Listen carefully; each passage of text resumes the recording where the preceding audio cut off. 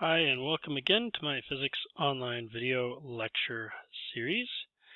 Today's video, we're going to be continuing our discussion of wave optics, and we're going to be looking at what happens when you send light through a single slit as opposed to a pair of slits. So the single slit geometry is fairly straightforward. Basically, you have some sort of a barrier, and then there is a single opening in that barrier that light can pass through, and then somewhere far away you have a screen that the pattern can be projected on.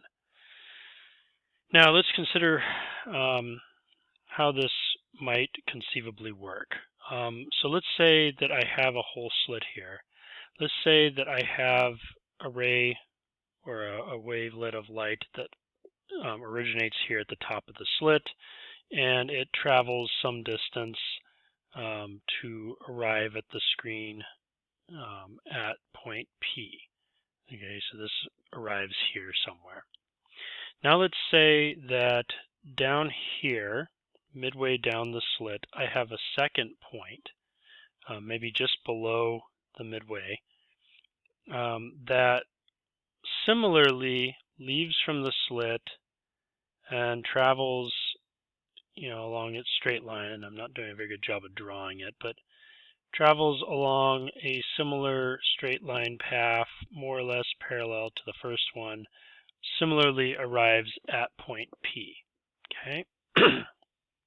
Now, if these 2 points, so I'm drawing a line that's perpendicular to these 2 points, if these 2 points are separated by some distance, we'll call this distance right here delta x. If delta x is approximately lambda over 2, what will happen? Well, that would basically be equivalent to a delta phase between the two of basically 2 pi times delta x, which is lambda over 2, divided by lambda, which is a phase difference of pi. And so you'll recall from our sort of like previous discussion of the double slits that this is kind of the situation where you have one wave looking like this and the other wave in time looking like this. And the result of adding these two together is that you get essentially like a flat line, or in other words, like no wave. They cancel each other out. Now, this is picking like 2 little wavelets. Okay, great. What about other points? Like maybe this point right here. Is it also being canceled out? Well, this point right here could correspond to the same point in the lower slit. And so the delta x traveled between a line from here and a line from here, arriving here at point P, will be the same as the delta x from the initial 2 points that I've marked. And that could be true for any arbitrary pair of points within the slit. I keep getting the same delta x of lambda over 2, and therefore the same value pi, all of which end up canceling with each other and therefore giving me 0. So there exists some points P where I expect no light. There also exists some points where I do get light. Essentially, this opening I've kind of made to be this way. This distance right here was just, we'll call this half of the slit opening, A over 2.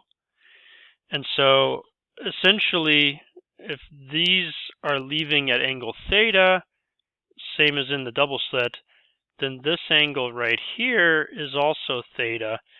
And so we can write sine of theta is equal to essentially delta x divided by a over 2, where delta x was itself lambda over 2. So we end up with lambda over 2 divided by a over 2, which is just lambda over a. So that's our first interference minimum. And we can basically find the other interference minima. What we end up finding is this situation repeats itself any time where m times lambda is equal to a times sine of theta. So these are your dark fringes, locations of dark fringes, where m is equal to plus or minus 1, plus or minus 2, plus or minus 3, etc. So that gives us our values for the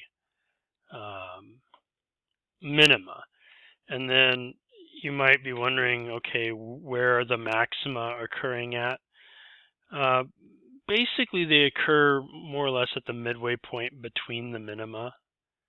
So maxima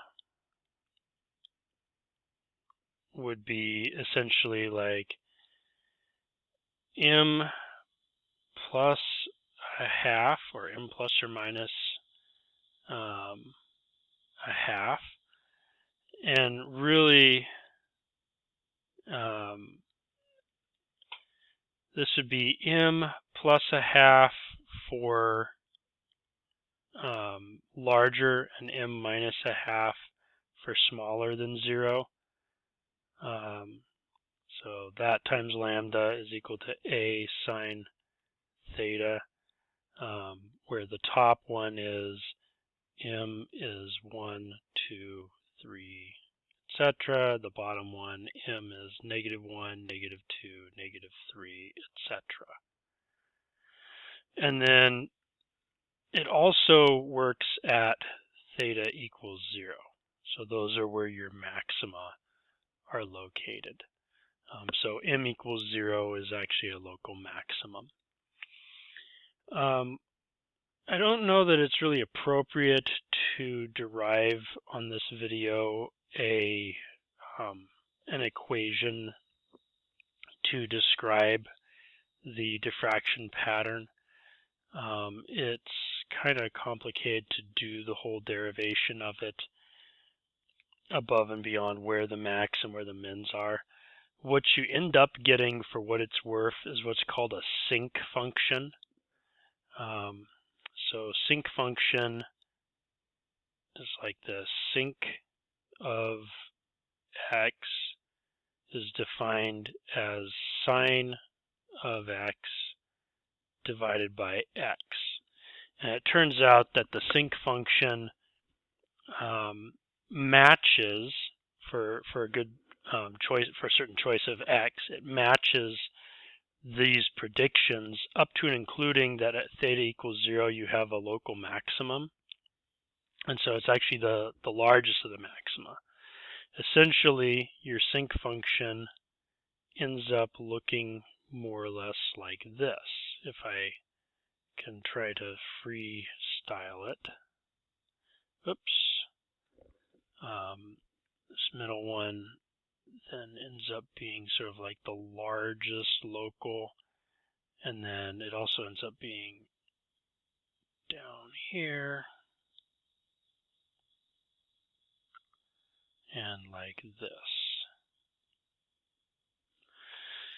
So essentially what you would expect from a single slit is to see sort of like the brightest part in the very middle of the pattern, and then you get additional bright spots, but each bright spot gets a little bit dimmer as you get farther away from that middle. So this would be like brightest at center, and then each successive one of these is slightly dimmer. And of course, remember that as with the double slit, so with the single slit, these are actually representing sort of the E field, so you have to kind of square them to get the value of the intensity. And so even these locals, minima, when you square them, you end up getting maximas for the intensity pattern. Oops. And so this, this, this, this, this should probably actually come down here a little more. This and this are all bright spots, but they get successively dimmer as we get farther away from the brightest center one. So this is at the center. And these locations where it's crossing the sort of x-axis in here, these are the dark fringes.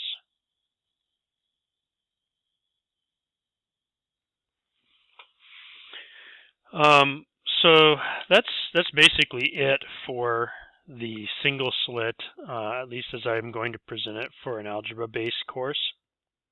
There's maybe one other thing that we could add, which is that when you have a double slit pattern, the double slit pattern, you know, we drew like this before. So these are separated by distance d, but each one of these individually is itself a single slit of width a. So each one of these slits individually is putting out a pattern like this, which then interfere like a double slit.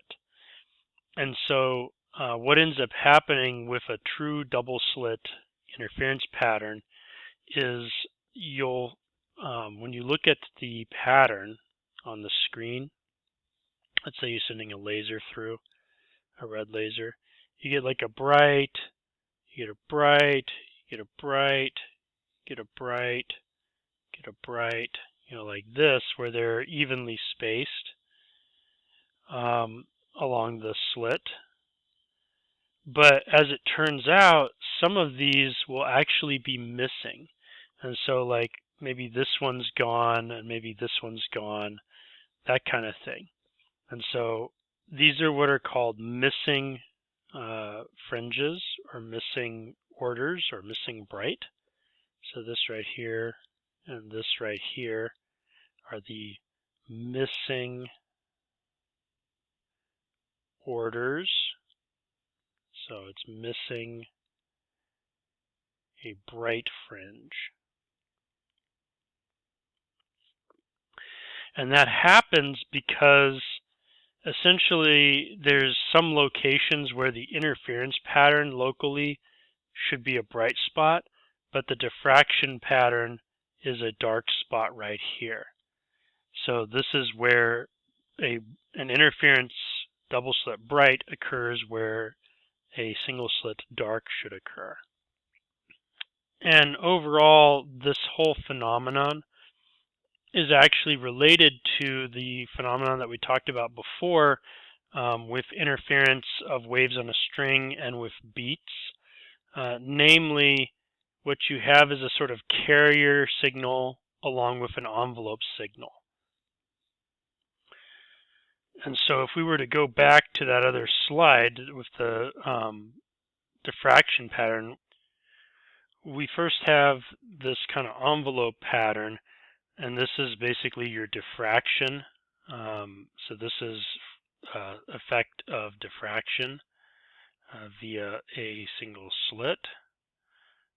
And then, so you could call this like the diffraction envelope. The interference from the double slit might look like this. This is kind of, my free sketch of it. It's not going to be as great as what maybe some textbook author would show. And frankly, I could plot it better using a computer, but you should get the idea from this. You have this kind of carrier pattern, which is the bright and dark fringes from the interference that is then covered by the envelope from the diffraction pattern. So this is the double slit interference pattern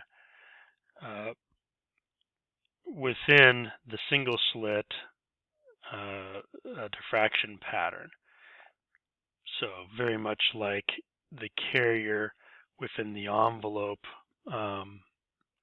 for a regular interference of like a beat, where you have two different frequencies and you hear the average of the two, but it gets louder and quieter at the rate of the difference between the two frequencies. That was envelope and carrier when we talked about that. So this one right here, by analogy, is pretty similar.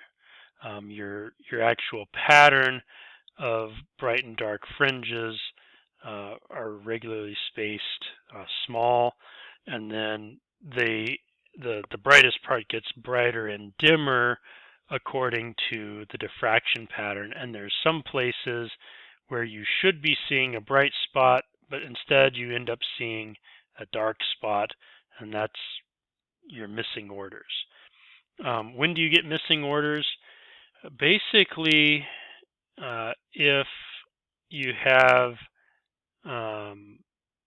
n over m equal to some integer, then whatever that integer is, that's your missing order. So essentially, this is the same thing, going back to double slit and to single slit. This is the same thing as saying if d, the slit separation divided by a, is an integer, then at that integer interval, you'll get missing orders. And it can also be half integers and so on. It just kind of spreads out where those missing orders will be. So, for example, if you have a slit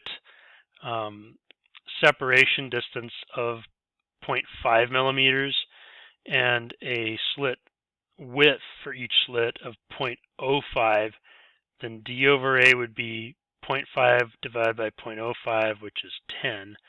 And so every 10th interference maximum will be missing. If it is 0.25 and 0.05, then you'd have every 5th one missing. So maybe a little illustration of that.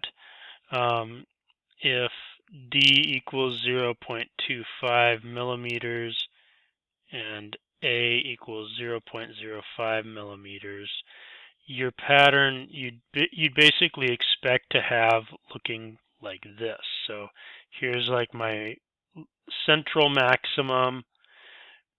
Okay, n equals 1, 2, 3, 4.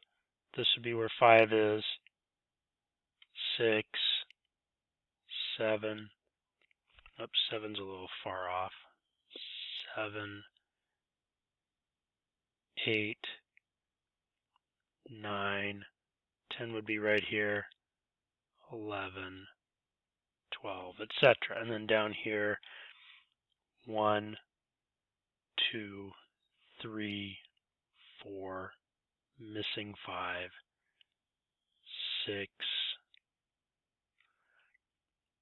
7, 8, 9, missing 10, 11, 12, 13, etc. So you've got these missing patterns. So missing n equals 5, plus or minus 5, plus or minus 10, plus or minus 15, etc. D over A is 5. All right, and that is single slit diffraction for you, as well as what it does to the. It would now look like this.